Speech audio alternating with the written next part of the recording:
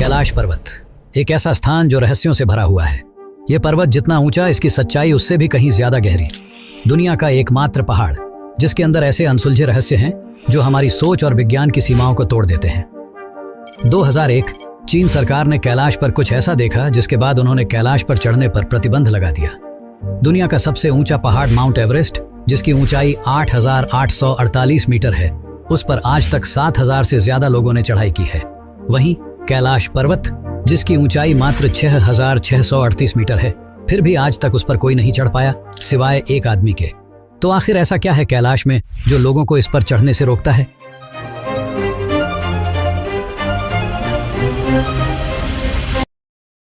और क्यों कैलाश पर जाते ही सारे कंपास, राडार और नेविगेशन सिस्टम काम करना बंद कर देते हैं? माना जाता है कि यहाँ हिम मानव या यति भी रहते हैं, और यह दावा न सिर्फ वहां रहने वाले लोगों ने किया है, बल्कि 2019 में भारतीय सेना ने भी कुछ ऐसे ही दावे किए थे। प्रमाण के तौर पर उन्होंने तस्वीरें भी क्लिक की थीं। कैलाश में समय की गति असामान्य रूप से बदल जाती है। इस पर्वत पर चढ़ने वालों ने बताया है कि उनके नाखून और बाल सामान्य रूप से कहीं ज्यादा तेजी से बढ़ते हैं और उनका चेहरा भी बूढ़ों की तरह लगने लगता है, मानो 2 दिनों में 2 साल का सफर तय कर लिया हो। आज तक बहुत से लोगों ने कैलाश पर चढ़ने की कोशिश की, लेकिन कोई भी उसकी चोटी तक नहीं पहुंच पाया, और जिसने पहुंचने की कोशिश की वह मारा गया। इन सब के बाद चीन ने हेलीकॉप्टर की मदद से उसकी चोटी पर पहुंचने की कोशिश की, लेकिन तो आइए जानते हैं कैलाश पर्वत के उन रहस्यों को जिनके बारे में आपने कभी सोचा तक नहीं होगा। तो कृपया इस वीडियो को अंत तक देखें, क्योंकि जो आप देखने जा रहे हैं वह आपकी सोच से भी परे है।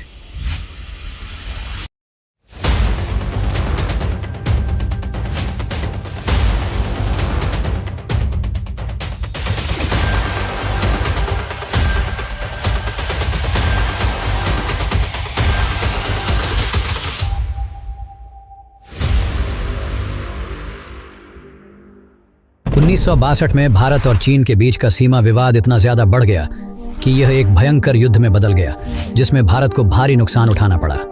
और इस युद्ध के परिणाम स्वरूप चीन ने भारत की लगभग 72,000 वर्ग मील भूमि पर कब्जा कर लिया।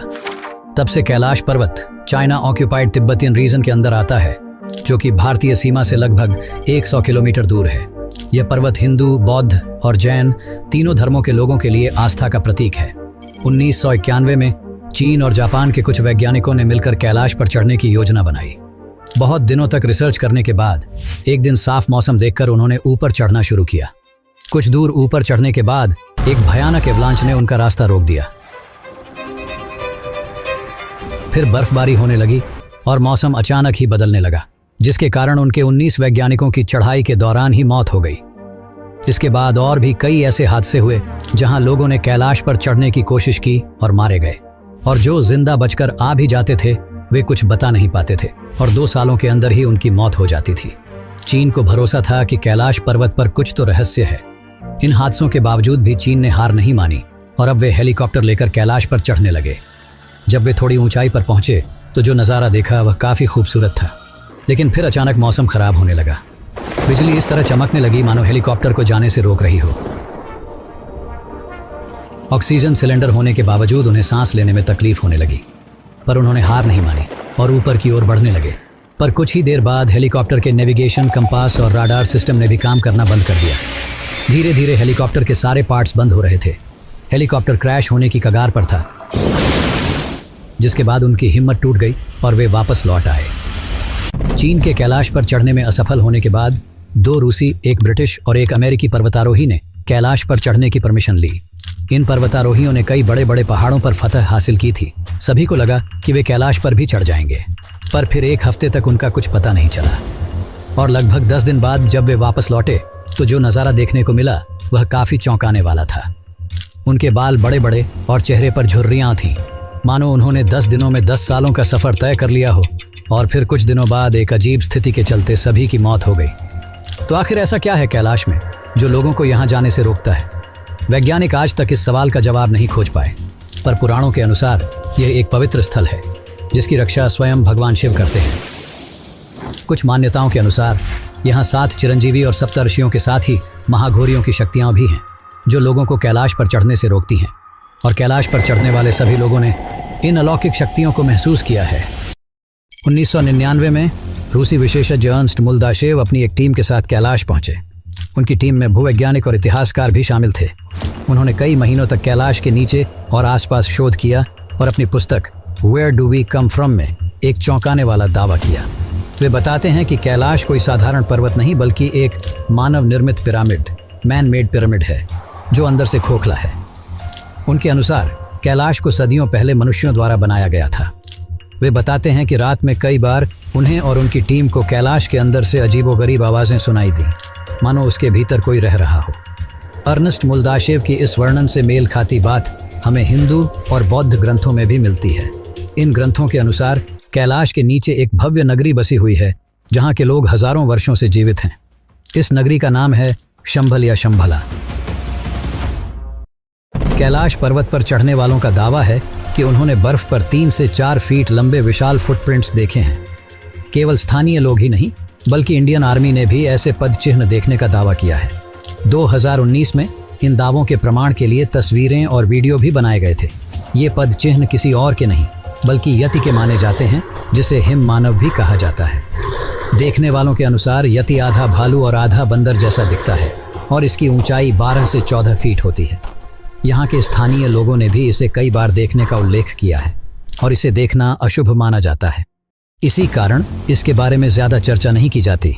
यति के अलावा कैलाश की ऊंचाइयों में अघोरियों या महाअघोरियों के देखे जाने की बात भी कही जाती है। इसके कुछ प्रमाण भी हमें प्राप्त होते हैं।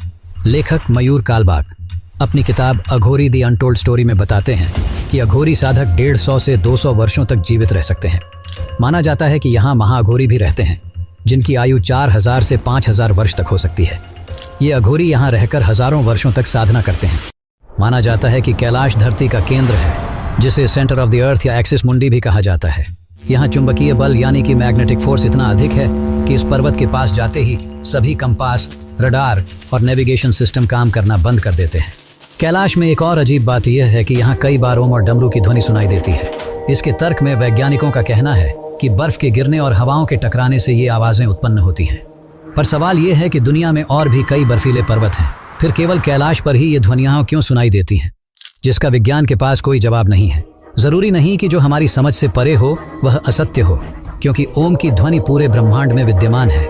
शिव का वास है कैलाश में और शिव ही सत्य हैं और सत्य ही सनातन। माना जाता है कि भगवान शिव आज भी अपने शिवगणों के साथ कैलाश में निवास करते हैं। यही शिवगण या यूं कहें भूत, प्रेत और आत्माओं की टोली लोगों को कैलाश पर चढ़ने से रोकती है। यहाँ तक कि कैलाश में कई दिव्य अस्त्र छिपे हुए हैं, पर उन्हें जानने से पहले हमें मानसरोवर और राक्षस ताल को समझना होगा। कैलाश पर्वत से मात्र 35 किलोमीटर दूर ये 2 झीलें स्थित हैं। दोनों एक ही स्थान पर एक ही वातावरण में हैं, फिर भी दोनों का स्वभाव एक दूसरे से बिल्कुल भिन्न है। मानसरोवर दुनिया की सबसे ऊंची मीठे पानी की झील है और इसका पानी हमेशा शांत और स्थिर रहता है। वहीं इसके बगल में स्थित राक्षस ताल का पानी इतना अधिक खारा है कि उसमें जीवन पनप नहीं सकता। राक्षस ताल का पानी हमेशा उथल पुथल में रहता है, मानो कोई आंतरिक बेचैनी से भरा हो। एक और रहस्य जो विज्ञान की समझ से परे है वह यह है कि मानसरोवर का पानी कभी जमता नहीं। चारों ओर बर्फ से घिरे होने के बावजूद इसका तापमान पूरे साल एक समान रहता है। वहीं राक्षस ताल का तापमान मौसम के अनुसार बदलता रहता है। माना जाता है कि मानसरोवर में स्नान करने से सभी पाप धुल जाते हैं, जिसके कारण दूर दूर से श्रद्धालु यहाँ आते हैं। बहुत समय पहले अर्थात वैदिक काल में ब्रह्मा जी ने अपनी कल्पना से इस झील का निर्माण किया था। इसी कारण मन से बनी इस झील को मानसरोवर कहा जाता है। वहीं दूसरी ओर राक्षस ताल का निर्माण रावण ने किया था। यहीं बैठकर रावण ने भगवान शिव की तपस्या की थी। इस स्थान पर जाने वाले लोगों को एक नकारात्मक ऊर्जा का अनुभव होता है। दोस्तों, वैसे तो कैलाश के अंदर कई ऐसे रहस्य हैं जो विज्ञान और मानव की कल्पना से कहीं बड़े हैं। कैलाश केवल एक पर्वत नहीं है, बल्कि लोगों की आस्था और भक्ति का भी केंद्र है। शिवजी का वास स्वयं कैलाश में माना जाता है और यह भी कहा जाता है कि कई अद्भुत अस्त्र कैलाश की बर्फ की चादर के नीचे छिपे हुए हैं। यहाँ ब्रह्मशिर, ब्रह्मास्त्र, अर्जुन का गांडीव, शारंग जैसे कई दिव्य अस्त्र गुप्त रूप से सुरक्षित हैं। कहा जाता है कि यहाँ शिरोमणि भी छिपी हुई है। ये वही मणि है जिसे श्री कृष्ण ने अश्वत्थामा से छीन लिया था और पांडवों को दे दिया था। जब पांडव अपने पापों से मुक्ति पाने के लिए स्वर्ग की यात्रा पर निकले, तब युधिष्ठिर ने श्री कृष्ण के कहने पर इस मणि को इसी पर्वत में छिपा दिया, ताकि सही समय आने पर यह मणि अश्वत्थामा तक पहुंच सके। तब से यह मणि सही समय की प्रतीक्षा कर रही है। इसे प्रतीक्षा है अश्वत्थामा की, सभी दिव्य अस्त्रों की और अमर चिरंजीवियों की। इसे प्रतीक्षा है कलयुग के अंत की, ताकि जब कलयुग के अंत में भयंकर युद्ध होगा तो यह भगवान कल्कि की सहायता कर सके। तो दोस्तों, इस वीडियो में बस इतना ही। अगर आपको इस वीडियो से कुछ नया सीखने को मिला हो तो इसे ज़रूर शेयर करें और ऐसे ही और रोचक वीडियो देखने के लिए चैनल को सब्सक्राइब करें। धन्यवाद।